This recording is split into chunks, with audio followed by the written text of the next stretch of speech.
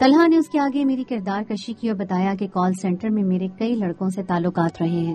جب اویس کو پتا چلا کہ وہ میرا سگا بھائی نہیں ہے بلکہ کسی بھی رشتے سے میرا بھائی ہی نہیں ہے تو اس کی نظریں اور جذبات میرے لیے بدل گئے۔ طلحہ خود بھی نشہ کرتا تھا اور اس نے اویس کو بھی نشے کی لت کا عادی کر دیا۔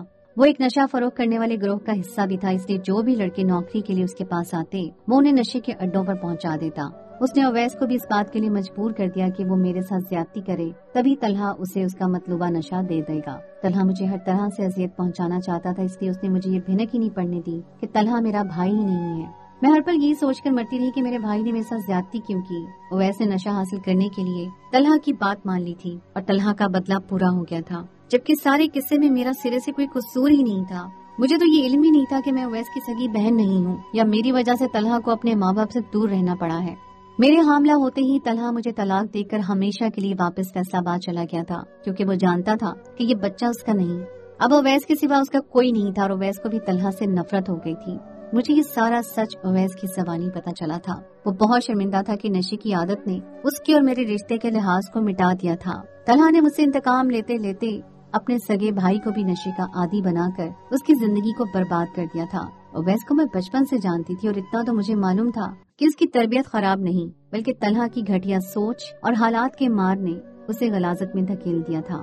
میں نے خود کو سنبھال لیا تھا، بالکل ایسے ہی جیسے ابا کے مرنے کے بعد میں نے پورا گھر سنبھالا تھا۔ میں نے اویس کا علاج شروع کروا دیا تھا اور خود دوبارہ نوکری شروع کر لی تھی۔ کچھ مہینوں میں وہ پہلے کی طرح صحت یاب ہو گیا تھا اور میرے سامنے جب بھی آتا تو زاروں قطار روتا اور مجھ سے معافی مانگنے لگتا۔ میں نے اویس کو کہہ دیا تھا کہ میں اسے ایک ہی شرط پر معاف کروں گی، جب وہ بچے کی پیدائش کے بعد مجھ سے شادی کر کے اس بچے کو اپنا نام دے گا اور میرے ساتھ جتنی بھی زیادتی کی ہے اس کا ازالہ کرے گا۔ اویس نے دل و جان سے یہ سزا قبول کر لی تھی۔ 9 مہینے بعد میں نے خوبصورت سا بچہ جنم دیا تھا جو بالکل اویس کی طرح تھا، اور اس کے بعد ہم دونوں نے سادگی سے نکاح کر کے ایک نئی زندگی شروع کر دی۔ میں آپ لوگوں سے پوچھنا چاہتی ہوں کہ میرے ساتھ جو کچھ بھی ہوا اس میں میرا کیا قصور تھا؟ زیادہ تر ماں باپ اپنے پیدائشی بچوں کو بنا بتائے دوسروں کی گود میں ڈال دیتے ہیں، اور جب وہ بچے بڑے ہونے کے بعد ان بچوں پر سچ کھلتا ہے کہ جنہیں وہ اپنا ماں باپ سمجھتے ہیں وہ ان کے سگے ماں باپ نہیں، تو ان کی شخصیت پوری طرح تباہ ہو جاتی ہے۔ ایسے بچے معاشرے کے لیے کبھی کبھی ناسور بھی بن جاتے ہیں۔ اس لیے بہتر یہ ہے کہ اپنے بچوں کو دوسروں کی جھولی میں ڈال تو دیں، لیکن ان سے ان کی اصل شناخت کبھی نہ چھینیں، کیونکہ ہر بچہ یہ حق رکھتا ہے کہ اسے اپنے ماں باپ کا نام معلوم ہو۔ آپ کو کیا لگتا ہے کہ ایسے بچے جنہیں بعد میں سچائی کا علم ہوتا ہے ان کی شخصیت پر اس بات کے کیا اثرات مرتب ہوتے ہیں؟ تو دوستو، یہ تھی میری آج کی کہانی۔ امید ہے آپ کو آج کی کہانی پسند آئی ہوگی۔ کہانی اچھی لگے تو اس کو لائک ضرور کیجیے۔